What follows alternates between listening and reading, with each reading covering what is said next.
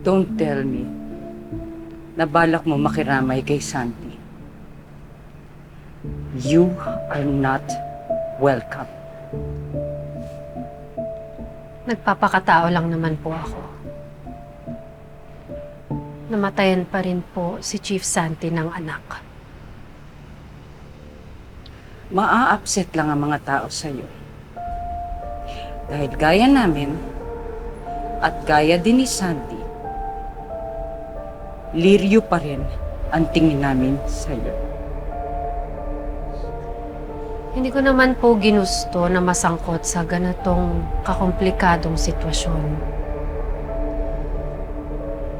Ano pa po bang magagawa ko? Anak ako ng asawa niyo. At kapatid ako ng kaaway niyo. Gusto mo malaman kung ano magagawa mo? Ha?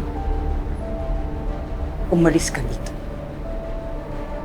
Burahin mo ang sarili mo sa buhay namin. Hindi ko nga maintindihan kung bakit pa nabuo ka sa matres ng malandi mong nanay. Siya lang po ba ang malandi? Ang pagkakaalam ko po, buntis na kayo nung kinasal kayo ni Dad.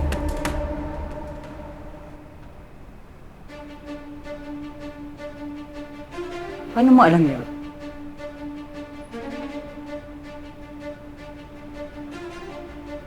Sinearch ko ang marriage certificate niyo at ang birth certificate ni Sem. 3 buwan lang pagkatapos nung ikasal, nanganak-anak kay Sem. Marunong naman ako magbilang. Unless premature si Sem.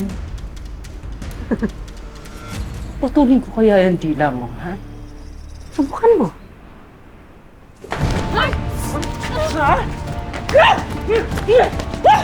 Tawa mo!